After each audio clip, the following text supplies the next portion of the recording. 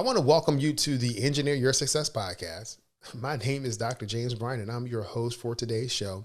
And I have the absolute pleasure to have as our guest today just a rock star of a person, one of the most happiest people that I absolutely know. And this is Miss Brea Roper. Brea, how are you doing today? Hi, James. I'm awesome. I'm great. Fantastic. It's a That lovely is day. good. Great to be here. I have never heard you say anything different. Maybe I just caught you on those good days, but it just Yeah. seems like every day that we connect is a good day. Well, when you put two great people in the same room, great things are bound to happen, right? Oh, absolutely. Absolutely. Hey, I want to thank you for agreeing to come on today's show to do, this podcast interview for our listeners. This is particularly marketed or targeted towards people with an engineering background, whether business Yes. owners or someone who may work in an engineering firm. And that could be computer engineering, mechanical engineering, civil engineering, kind of that science and technology engineering Yeah. background is what we're targeting for. And we typically talk about success principles, right? We help people, engineers in particular, achieve success both in business and in life, to be able to Yeah. win at work and at home. I do want to spend some time talking about your story because there's some phenomenal things that you can just bringing value to our listeners. We're going to include a link to your bio and your LinkedIn profile or whatever else you want people to go to in the show notes. But I would like you to tell our listeners something about you that will not appear in the bio. Something that does not appear in the bio. It could Um, it could involve singing in front of the Pope or something like that. I mean, you could tell that story. well, that is a good story. I'll leave that for a more personal conversation. Okay. But I think something that I'm pretty proud of that most people don't know is that I actually crowdfunded $10,000 to launch my coaching business 6 years ago. Oh, cool. And it was on the heels of actually being let go from 3 different jobs in about 18 months. Mm. Just a lot of like really crazy life happened, and I made this huge shift and big leap of faith to go and just completely switch directions and start a coaching business.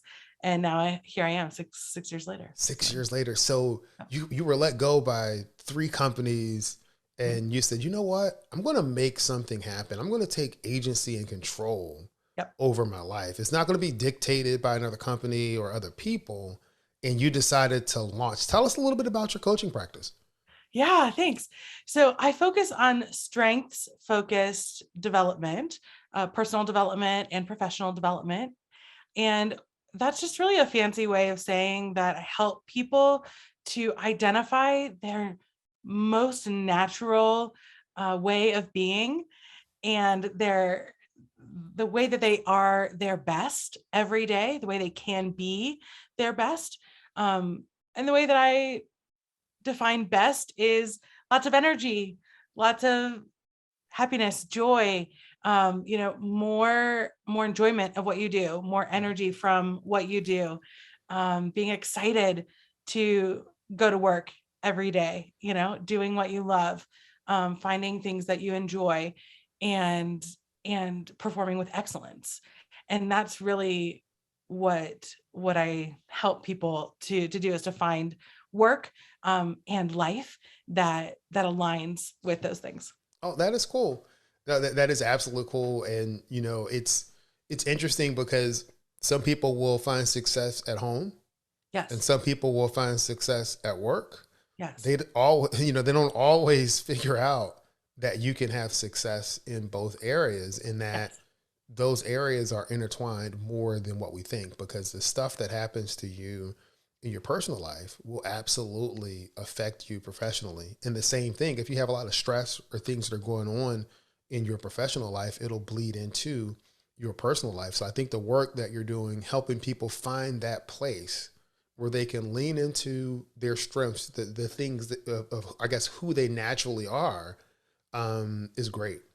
Yeah, it is. And especially now, right, with the way that the world is, and the way the world is becoming, there is no work life separation Hmm. anymore. It's just a blend all the time. And the common denominator is you, right? Yeah. It's you as a person, and you are a whole integrated person, not a person at work and a person at play and a person, at home. You are always you.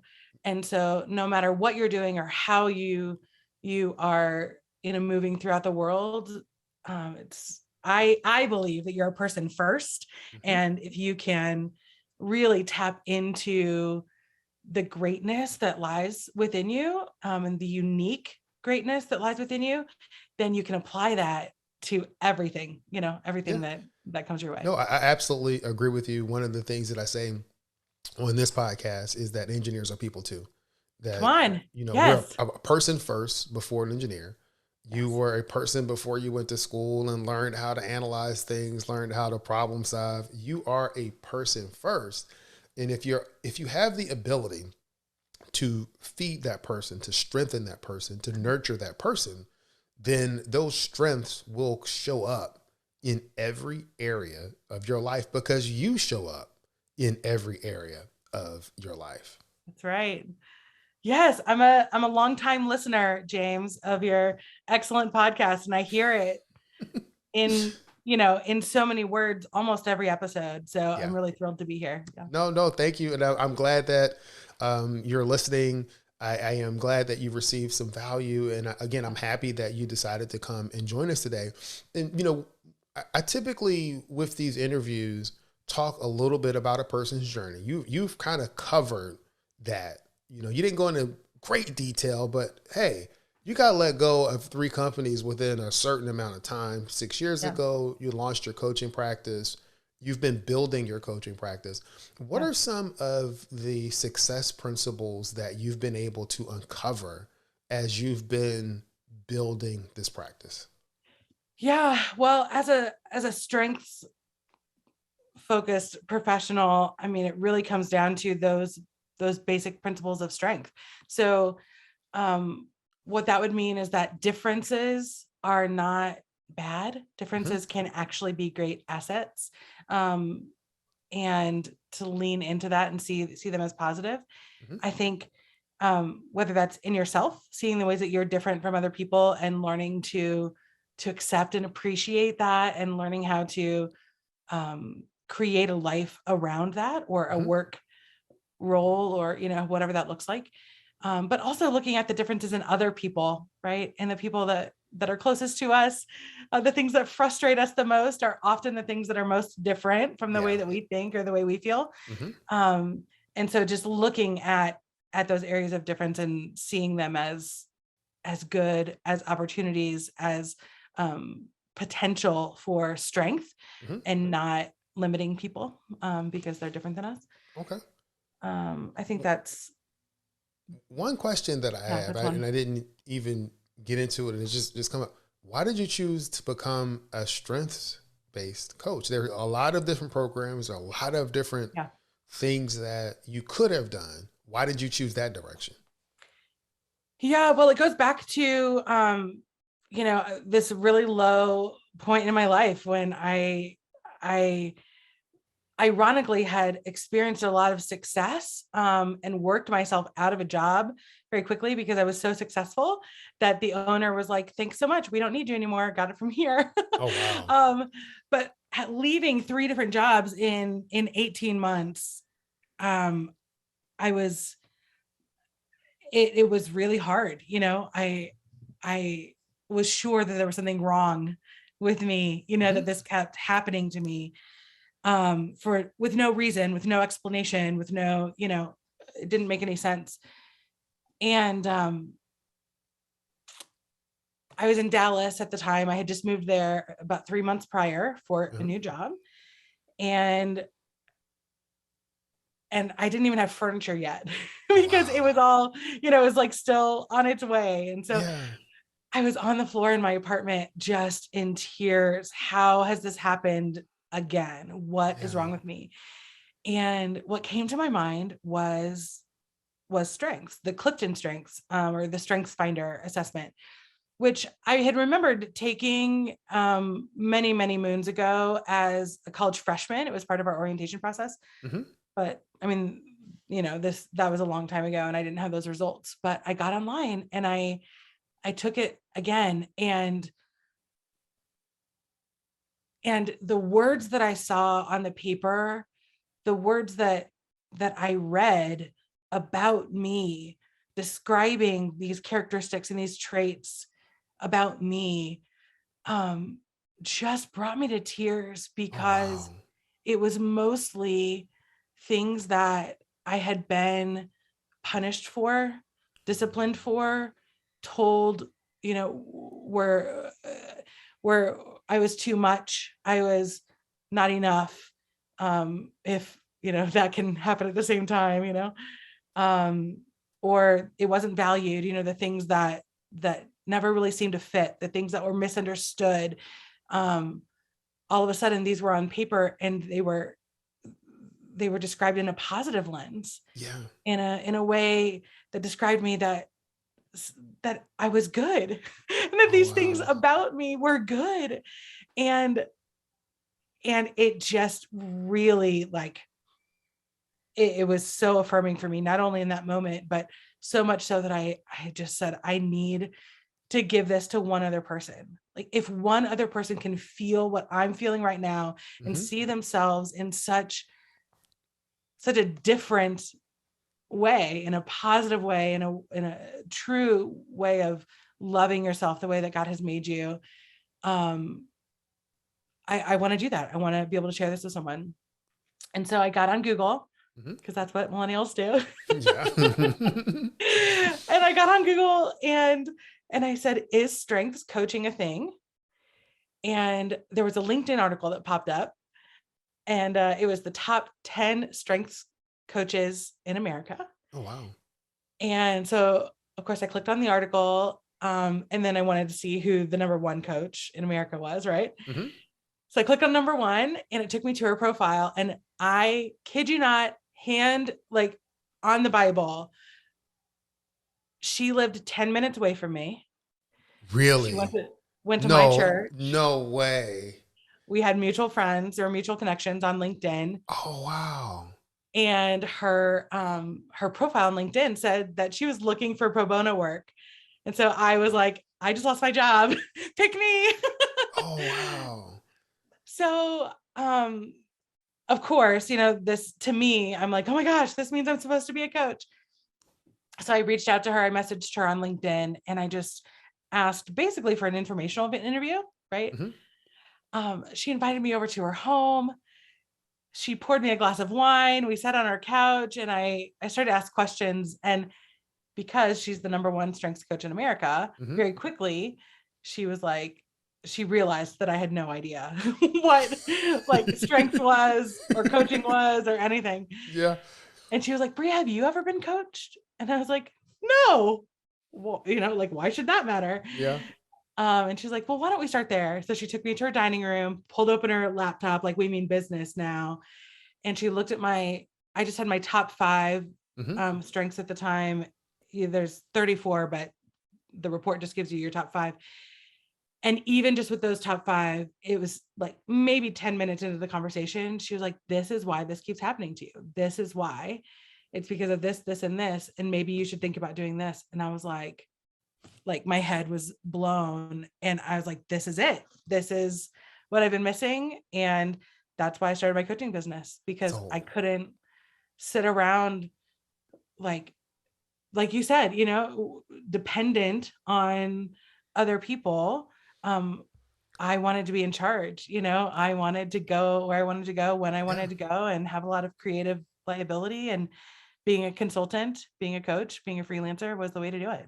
But I think one of the things that your story points out is that sometimes society points us into jobs or professions or things, they put us in a box. Mm, And sometimes that box is not going to work for you. You know, Yeah. for some people, that's okay. One Yeah. of the things you talked about before is being able to celebrate the differences. So there are Yeah. people that are listening, you know, they're going to be staff engineers or folks that are happy doing exactly what they're doing, but there are other people Yeah. that they're going to be uneasy, right? Something's not going to be right Yeah. in what you're saying is Yeah. that it's okay. Like it's okay if you're in that situation. Yeah. It's not you. You have Yeah. to understand how you're wired so that you can operate to your fullest capacity. That's the whole thing, James. I mean, I had spent my entire life trying to fit myself, to shape shift, to fit into somebody else's box. Yeah. And I mean, I was, 30 something years old when for the first time, this piece of paper, a silly personality assessment, like gave me the permission that I needed to say, no, I can be my own shape and then make things fit around me, find the clothes Mhm. that fit my body, Yes. find the, Yes. the No, song that but fits. because this whole principle is not just tied to, oh, I'm in a job, I need to be a consultant or I want to be Right. free. This is how you relate to the world. It's the Mm. lens through which you view life. Yeah. And when you're able to accept this is who I am, and you know what, it's great to have this a report that Yeah. affirms, you know, what you're doing and where other people may have described it as negative. Now you're able to see, oh, there are positive things here. I think Yep. one of the things I like about, you know, most of the reports is they'll give you the positive, but they'll also say, hey, here are the things you need to watch out for. Yes. Because there's always going to be some counterbalance there. Yes. But it's really understanding this is who I am. I'm going to acknowledge and accept who I Yep. am. Yep. And And work with it. Use it. yes, Leverage mhm, it. Yeah. yes, you have to Yeah. leverage it. You have to leverage it because now you're no longer fighting against the system or fighting against the job or fighting to break out of a box. Right. You're saying, I'm going to create what it is that I want that will work for me. Bree, Yep. oh man, that is phenomenal. I'm so See you glad. later. Great to be here. I am so glad that you found that report Yeah. So because good. it seems to have unlocked that joy that and happiness that I can sense when I'm talking to you. And even the emotion as you're talking about that moment, it's like I was down, I was low, and this helped me to kind of move forward. Yeah. Thank you. Me too. I mean, I hate to think about where I would be today without it, and I only wish that when I had taken the assessment as a college freshman, I had someone there like Kathy Mhm. to help me understand what it really meant and how to apply it. Yeah. Because I mean, I'm thankful that I found it when I did, but my goodness, if I had been 18 and had that kind of self-awareness and Hmm. self-confidence, like who knows, look out world. Maybe the world couldn't handle it. Maybe Well, that's why. but here's the reality is things happen to us.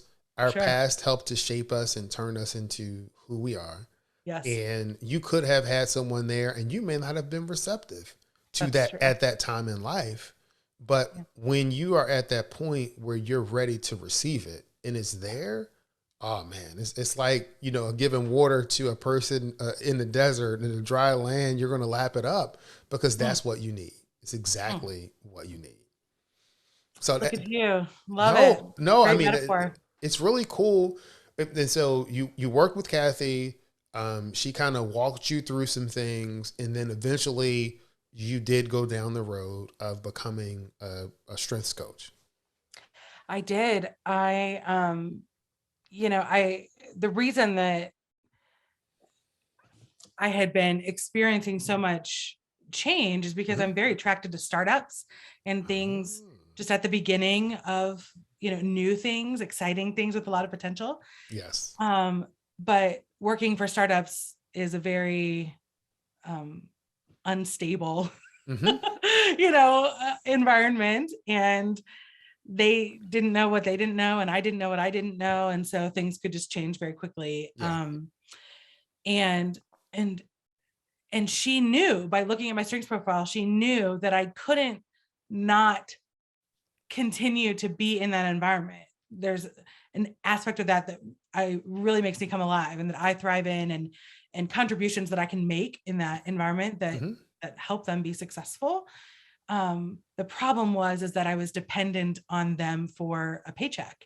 And so if one day they decided, gosh, you've actually shown us that there's so much more potential here, and you've built it, and made us a lot of profit. So we're actually like going to quit our jobs and go in full time, which means we're going to let you go. So thanks, but see you later. Yeah. And then I'm without a job, like that's not a great place to be. Not a great place to be. Right. So what if I made it my job to start things? What if I was intentional about approaching a company and saying, hey, I'm going to come in for 3 months and I'm going to get you rolling, and then peace, my job's done. What if, for the past 30 years of my life, everyone had been saying, Brea, like, you got to finish it. You got to finish it. Like, keep on going. You got to stick it out. And like, what if I don't want to do that? What if I just want to help other people get going? And that was my job. That was finishing it. That was doing the thing. Like, and so that's what I can do. Wow. So that's what you do. That's part of what you've created. You're able to come in, help people get started. You're like, okay, we're good. You're continuing to control your situation. It gives you much more control and flexibility in what you're doing. Right. Yeah. That is pretty cool. Isn't that amazing? That is absolutely amazing. That's absolutely amazing. Yeah. There's so many other things that I kind of want to get into and talk about as I'm hearing you kind of go through this. And so how long have you been, certified or had been a strengths coach? This is my 6th year as a Gallup certified Clifton strengths coach. Okay. And that just means that I'm certified by Gallup to use their assessment, which is called Clifton Strengths. It's kind of the OG of strengths development. There are other assessments out there, but in my opinion, it's the best. Of course. Of course. Of course. You're certified in it, right? That's what you do. That's what you learn. But that's also, you've been able to see the value, not only experience the value yourself, but to see the value as you have worked with other people. So, okay, spoiler alert. I sent Brea a copy of my Clifton Strengths report. Yes. And so Brea, tell me what the report says about me. It says, you're awesome. Oh, I think it says that about everybody, but it defines, but it helps to define their unique awesomeness. That's right. It tells us how you're awesome and how uniquely awesome you are. Hey, James, tell me, do engineers like numbers and statistics? Yes, of course. I thought so. We love it. Can I give you some stats that might be interesting for your listeners? Yes. All right. So this idea of individuality and uniqueness keeps coming up in our conversation. That's one of the reasons why I like the Clifton Strengths assessment, because out of 34 total areas of talent, there are many combinations, right, of possible combinations. And so the likelihood, statistically, that you will have the same top 5 talents as someone else is about 1 in 278,000-ish. Wow. So you're not one of 4 or one of 16 boxes, right? This is not putting you in a box. This is doing exactly the opposite. It's saying there are so many possible combinations that you are not in this box, right? So that's just to have the same top 5, to have the same top 5 out of 34 in the same order as someone else. Statistically, do you want to take a guess? What was the other one? About 1 in 278,000. Well, the same top five in the same in the top same order, order. it had to be like 1 in a million. Yeah. Try 1 in 33 million. Woo! Wow. Okay. So I think you get where I'm going with this. To Yeah. have all 34 in the same order as someone else, it's statistically impossible. There are more possible combinations than there are people in the world. Wow. So I've always known that I'm a precious, precious little snowflake, Yeah. but now we have the science to prove it. And now Oh, we wow. know we know everyone is awesome. Everyone is unique. Everyone, blah, blah, blah. But now we know how, and now we know why. And we have data and we have science, we have research to back that up, decades, over almost 60 years of research. Yeah. That says leverage these things, use these things, and you're going to be happier, you're going to be more productive, you're going to be more successful. Oh, wow. So that's what your report tells me. Yeah. What anyone's report tells me. Yeah. Yeah. That's pretty cool. I would have never known those statistics. For me, my top five, and people that know me, when they hear the top five, they'll probably be like, oh yeah, that makes sense. But my top five are: 1, relator; 2, individualization; 3 is responsibility; 4 is positivity; and 5 probably is my favorite, just because I think it's essential in everything that we do, and that's communication. Yes. Love it. I'd love to dig into those with you. I'd also love to bring your attention, James, to page 21 of your report.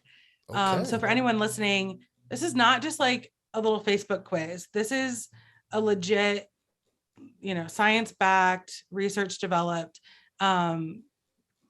report. It's 25 pages.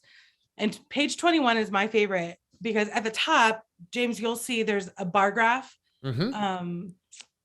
It's linear and it shows 4 different colors or 4 different domains, categories, if you will, Yep. that all 34 of the talent themes are divided into these 4 different categories. And what I'm going to do, Brea, since we are doing this on Zoom, for folks that are listening to the podcast, I post the full videos in a private Facebook group. We'll do clips of videos other places, but I have a private Facebook group that I post the full video.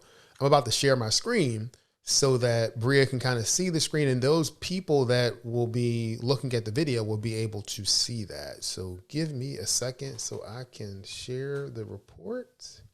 So the 4 different categories or domains is what Gallup calls them, are relationship building, influencing, executing, and strategic thinking. Mm-hmm. Most engineers, I think, would assume, oh, well, of course I'm going to lead with strategic thinking, right? Because that's what I do at work every day, is I think about how to solve these problems, right? How does that make you feel when you see that that's your smallest or your least domain? For me, it just confirms who I am. So my top domain is relationship building. Yes. And so even before looking at the strengths report, my view is that relationships make the world go round. Yes. That if you're able to influence through relationships almost better than you can in any other area. This is in my general opinion. And this is before the taking the Clifton strengths. Yes. And so for me, it was just confirming who I was. I think by the time I had taken this, I had already started to take advantage from a career perspective on the quote unquote soft skills, on communication, leadership, all of those kinds of things. But for me, I lead with relationships. Right. That's exactly right.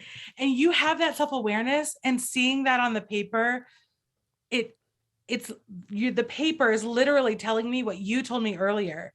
Engineers are people too. Yes. That's your narrative. That's your priority. That's your lens, because you lead with people and relationships first, right? So Yes. that's so important for you to share that with other people. Whereas if someone else leads with maybe the executing domain, which is purple, they're going to see tasks first, and the relationship is going to be second. Yeah. Getting the thing done, making the thing happen is going to be where they spend their time. Have you ever experienced that, James, where you come at odds with people who are more focused on getting the thing done and less focused on how it affects the relationship? Yes, I have. And what I've learned and even what I teach clients in navigating that, something that you brought up earlier, is to respect the differences, to respect that this is how this person is wired, no matter how frustrating it is to me, respect how they're wired. And then if you're leading a team, then you want to put that person in a position where they can actually excel. So you want to give them those things where they're dealing with the task. That doesn't mean that they don't have to touch the relationship piece, but you're trying to set them up to actually win and to feel good about themselves and to help with what you are trying to accomplish as a team, as an organization, as a company. If you keep putting that person in a situation where they have to build relationships, it's going to fail, because that's not who they are. And you notice I said it is going to fail, not them. They're going to continue to be who they are. But as a leader, as a manager, as a consultant, or so, if I am seeing that, then I see my role as to say, hey, you need to put them in a different position or put them in a different seat on the bus. You need to assign them different types of activities so that they can thrive. Yes. And I love that, James, because what you're saying is the people who are focused on the task, there are likely a group of them, that just love to be busy. They love to be productive. They love to check the things off the list. They love to do the thing. And those are the relationships that they build, right? Those are the types of relationships that they prioritize. The people that they're attracted to are the people who they can work hard and fast with, or the people who can help them get the things done, right? So, and likewise for people that like you that lead with relationship building, you can build relationships with the people who are focused on tasks by helping them, give them what they need. Maybe you're anticipating that they've been working so hard, so you're going to bring them lunch. You're going to write a cute little note, of encouragement, or I don't know what boys do, but that's what I would do. we still write notes of encouragement, or we send a text message or an email. You can do things to build relationships. And one of the two things in terms of being the relator and individualization that shows up in life, it's really understanding what a person needs in order to move that relationship, that friendship, or that situation forward. And everybody doesn't need the same thing. And so it's really, even with my kids, I have two boys. One is 13, one is 14. They're totally different. They have different needs. I can't, help one with the skills and tools that I use for the other, because it won't work. They're not wired that way. And it's so easy for you to know that, James, because what's your number 2 strength? Individualization. That's right. That's exactly, your brain is wired in a way where you just know that naturally and you do that naturally. Have you ever noticed, or have you ever experienced when that wasn't natural for someone else? Yes. Or have you always known that was special about you?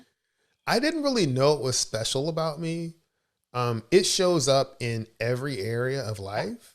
So for instance, I would say I do 90% of the cook from scratch meals in the house.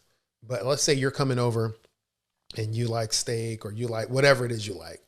I am going to cook your food exactly to the way that you like it.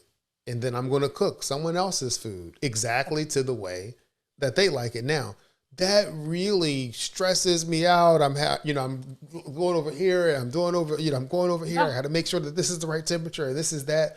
But when I am able to deliver those individual plates Yes. that really cater to those individual palettes. That really gives me joy and strength. And Yeah. I didn't even recognize individualization as a strength until getting this report and Yeah. then thinking through, well, yeah, I do that a lot. Yeah, Yeah. that makes sense. That's how I'm wired. That's how you're wired.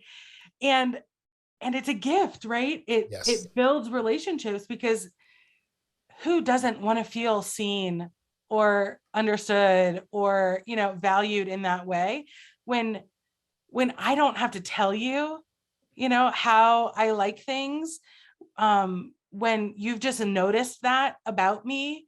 Mm-hmm. You notice that, I don't know if, maybe one of your clients that you're working with often always brings a certain drink, Yep. with them. You're going to notice that.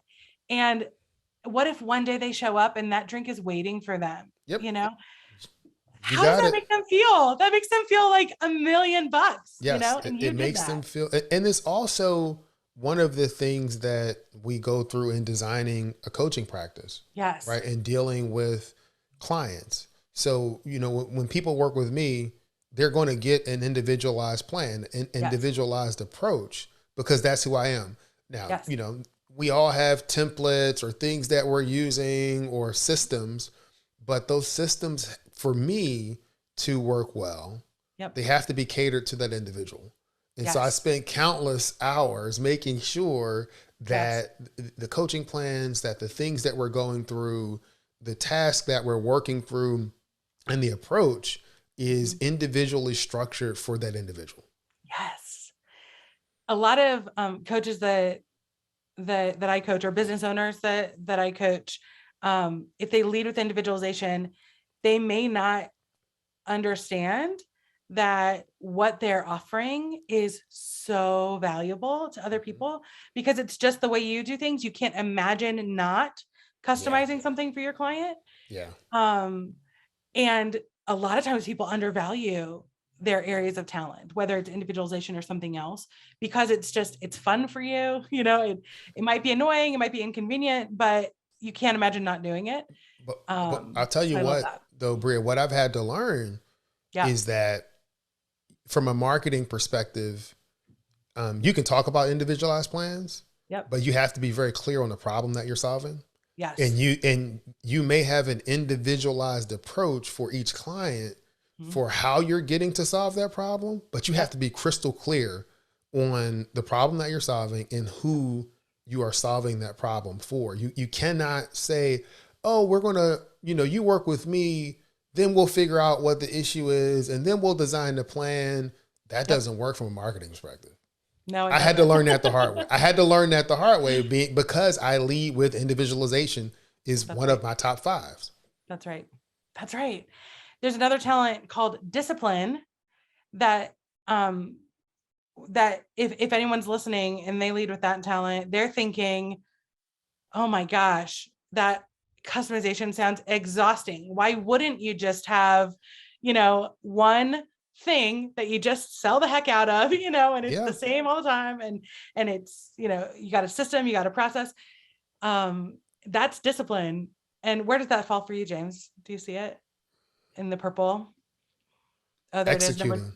Yeah, executing. It's number 29 out of 34 for you. Yeah. So that's at the almost the near the Yep. bottom, right? Yes.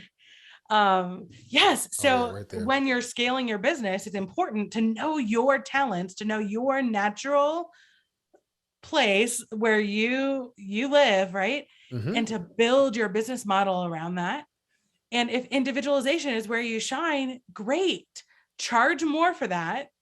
But also you need to have that standard, you know, like bottom level, Yes. this is something that anyone can buy. And Yes. then if you want to customize it, then you pay more, right? No, you're absolutely correct, because what happens if someone else has the discipline talent lower, you Yep. have to get comfortable with feeling uncomfortable when you're Yes. putting together these standardized Yes. plans and approaches, because you do have to have that Yep. in order to scale. And Yep. you can have that as your base, very similar to what Brea's saying. And then you are leaning in to your real areas of strength. And Yes. even within the discipline area, even within the basic offering that you have, you can still provide a little bit of individualization. But when you're putting the package together and when you're marketing it and when you're selling it, it is what it is. Yes. Yes. And that's why I love, earlier I mentioned that when I took the assessment, I only got my top 5 out Mm-hmm. of 34, and you have your full 34 profile, and it's so worth the extra $30, I think, extra Yeah, that you I pay don't for it, remember. Yeah. because you get to see that discipline is number 29, and you see that and you're like, yeah, duh, I don't want to live there. That's not how I live my life. Yep. And I need that as a business owner. So now what do I do? Do I work really, really hard? Do I willpower my way through, right? To come up with these, to do things in a standardized way so that it's easy for people to understand? Probably not, right? You're probably going to find a tool or a resource that sets up a system that automates it so you don't have to think about that. Yep. Or you find someone else to partner with. How did you do that, James? How did you compensate for the discipline? I would say there are a few different avenues that I took. One was becoming a John Maxwell team certified Mm, speaker, trainer, and coach, and fantastic. having the John Maxwell systems kind of ready and available as that kind of bottom floor, so to Yep. speak. Yep. The other was I did spend a year as a Business Made Simple certified business coach as well, Yes. in applying those systems to my business. And, from a marketing and strategy perspective, one of the things that I would say is that the Business Made Simple experience was a great experience because one, I got introduced to great people such as Oh, yourself, thank you. just through the community. And Yeah. two, it really helped me to see the value in niching down. Yes. Before I would say I'm a life coach, I'm a business coach. Well, who do you serve, James? I serve everybody. I want to help everybody. Well, when you're trying to talk to everybody, nobody actually hears you. That's right. And so I had to say, well, okay, who am I offering leadership training and coaching services to? Well, Yes. you know what? I'm a certified life coach. I'm a business coach. I am also a professional engineer. I have a PhD in civil engineering, several years of decades of experience in the civil Yeah. engineering area. So why don't I naturally serve the market that I'm a part of? And so it's coaching and leadership training that's really targeted towards engineers, helping them become better communicators, helping Yep. them be better at building those relationships, helping to increase their capacity to lead. And that's my focus. That's where I'm at. And that's the sweet spot that I've really focused on these past 18 months. And that's where the ideal of Yep. engineer your success comes from. It's Yep. just and so really making the decision to niche down has opened up so many more doors for me. And it's just been an incredible experience. And so those are the things that have helped me to compensate for having the discipline area so low. Yeah. Yeah. Right. I love that. Can I pull out my strengths crystal ball for a minute? And Yes. I want to tell you what I'm hearing when you say that, in relation to your top strengths here. And if you want to, if it's easier for you to look at page 1 where things are in order, that's Hmm. that's fine. I just wanted to show you that bar graph. Okay. Well, you have the report. I can stop sharing my screen. You can look at the Oh, yeah. report. It might be helpful if people, I didn't realize we Okay. were doing a video too. So if Yeah. you want to leave it up, you can, but Okay. Yeah. I'll go to page 1 here. I'm on page So one when as I well. hear Hmm. when I hear you saying, this made so much sense for me to niche down in this way, I hear your relator coming out strong, right? Hmm. Because you're focusing on the people you've been building relationships with, Hmm. within the industry that you've been investing so much time with, right? Hmm. So of course I'm going to pick engineers, right? That makes sense, Yeah. because relator is all about depth of relationship, not necessarily breadth of relationship, Hmm. right? So why would you go start a whole bunch of new relationships with a whole new market of people that you don't know or understand? Like, Right. that doesn't make sense, right? Right. We've already talked about individualization. Positivity speaks for itself. Communication, you said, I want to help them communicate better, right? Mm-hmm. This is so natural for you. You enjoy it. You have the frameworks from Business Made Simple to help learn, which is that discipline number 29, right? Yep. It's filling in that gap. So you take this framework, you match it with your talent, and boom, you're Superman when it comes to helping people communicate, right? Yes. Yes. A ranger is such a fun talent. It that looks at the resources that you have around you, Mm-hmm. and you just figure out how to make it work, and you figure out how to make it work with excellence, right? And for maximum productivity. So when I hear you say, I've got this certification, I've got that certification, I've got this training, I've got these years of experience, what you're saying is, this is what I have. These are the resources. These are the people that are at my disposal. So I'm going to make it work. Yeah. That's your ranger. Oh, cool. 100%. Other people might not be satisfied with that, right? Other people may not want to niche in the same way that you did, because their strengths are different than yours. Yeah. They might say, I don't want to work with anybody that I've already worked with. I have woo really high, which it's also kind of mid for you. Yeah. But I just want to go meet new people all the time. I don't want to stay in any one place for too long. I want to move. I want to change. I want to meet a lot of people. Someone else with consistency really high, which is 27 out of 34 for you. They're going to niche in a way that focuses on social justice. It focuses on, like, there's probably going to be an element of some social justice or some cause that is really going to light them up, right? So it really just depends on who you are, how you're wired. And that's one of the ways that this report, can help you just save a few years of trying to figure it out. Frustration.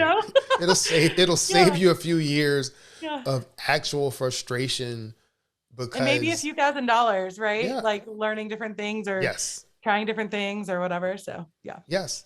No, Brea, it has been phenomenal. Thank you for taking the time to kind of walk through my report. If the folks that are listening to the podcast would like to have a similar experience with you, what's the best way for them to get in contact with you? Sure. So BreaRoper.com. I can put my contact info, I guess, in the show notes. Yeah, we'll include it in the show notes. Yeah. Individualization is high for me too, James. So cool. I would love to hear from anyone. Let's just hop on a call and let me meet you and hear what your business is about, or what your challenges are, what your goals are. And then we just, we figure out how to bring your best self to that through the strengths report. Well, that is cool. Brea, again, I want to thank you for taking the time to hang out, to have this discussion. I am going to end our talk like I end every show. Okay. And that is, many people know what to do. Fewer people know how to do it. And there is a select group of people that actually follow through, do it, achieve, and live the life of their dreams. Brea Roper, I want to thank you for being part of that select few.